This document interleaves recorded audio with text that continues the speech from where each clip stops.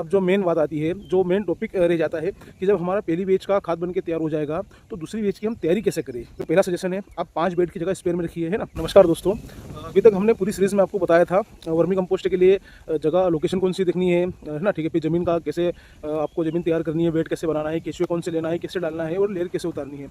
अब जो मेन बात आती है, जो मेन टॉपिक रह जाता है कि जब हमारा पहली बैच का खाद बन के तैयार हो जाएगा तो दूसरी बैच की हम तैयारी कैसे करें, डबल से नए बेड बनाने उनकी तैयारी कैसे करें। तो इसके दो चीज़ें हैं इसको मैनेज करने के लिए। पहला, अगर आप 25 बेड से स्टार्ट करने का सोच रहे हो या 30 बेड से 40 बेड से, आप 5 बेड की जगह छोड़ दीजिए। जैसे आपका 90 से 100 दिन में खाद बन के तैयार हो जाएगा और जो पेंदा बचेगा 2 से 3 इंच का, आपने क्या करना है, 5 नए बेड बनाए, ठीक है। जो जगह छोड़ी थी वहाँ पर पुराने बेड का केचुआ शिफ्ट करा, फिर जैसे ही जगह खाली होगी ऐसे 5-5 बेड करके बनाते जाइए। पहली तो ये प्रोसेस है। दूसरी प्रोसेस है जो हम यूज़ करते हैं, अगर आपके पास में मान लो लिमिटेड जगह है कि हमारे पास सिर्फ 25 या 30 बेड की जगह है और पूरा यूटिलाइज करना है जगह को, तो उस कंडीशन में क्या करना है, आपने जितने भी आपके बेड है सारे बेड बना लीजिए। जब बात आती है लेयर उतरने के बाद में नए बेड की, जब नए बेड बनाने हैं तो उस कंडीशन में हम क्या करते हैं, हमारे पास मान लीजिए 50 बेड है तो हम क्या करते हैं, 5 बेड का एक बेड बनाते हैं। जैसे 2 से 3 इंच का जो पेंदा रहेगा उसका 2 बेड का अपना 5 बेड का एक बेड बना लेंगे। जैसे 4 एक बेड है उसके ऊपर 4 बेड का और माल ला के रख देंगे।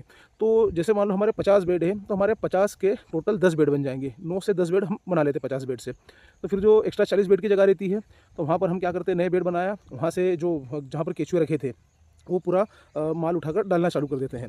तो जो सेकंड स्टेप हम करते हैं उसमें फ़ायदा क्या रहता है, अगर मान लो जो नीचे का पेंदा बचा हुआ आपके पास में उसमें कंपोस्ट भी रहता है। जैसे आपने 5 बेड का एक बेड बनाया तो उस कंडीशन में आपका फ़ायदा ये होगा, आपके पास 8 से 10 दिन का बैकअप मिल जाएगा। 8 से 10 दिन तक आप जो गोबर अगर मान लो आपका ठंडा नहीं हो पाया, ठंडा कर सकते हो, बेड बना सकते हो।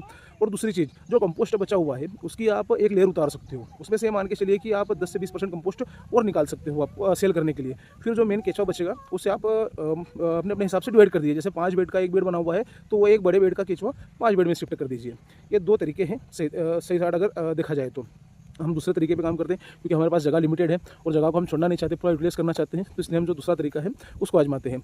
अब बात आती है कि जब 60 से 70 दिन हो जाएंगे, जैसे आपने पहली लेयर उतारी और दूसरी लेयर उतारी, ठीक है, तो उसी टाइम पे आपको आपका गोबर ला के ठंडा करने की प्रोसेस करनी है। क्योंकि क्या होगा, आप सोचोगे कि 90 से 100 दिन में हम पूरी लेयर उतारेंगे फिर गोबर ला के ठंडा करेंगे, बेड बनाएंगे, तो प्रोसेस आपकी 10-15 दिन एक्स्ट्रा टाइम ले लेगी। तो इसलिए जब पहली और दूसरी लेयर जैसे उतरे और आपको लगे कि अब थोड़ा थोड़ा 4 से 5 इंची का ही माल बचा हुआ खाने के लिए, तो अपना गोबर ला के ठंडा करने की प्रोसेस चालू कर दीजिए। तो 7-8 दिन तक गोबर ठंडा करना, फिर बेड बनाना, तो ये प्रोसेस कहने के 12-15 दिन तक चली जाएगी। ये होगी पहली कंडीशन।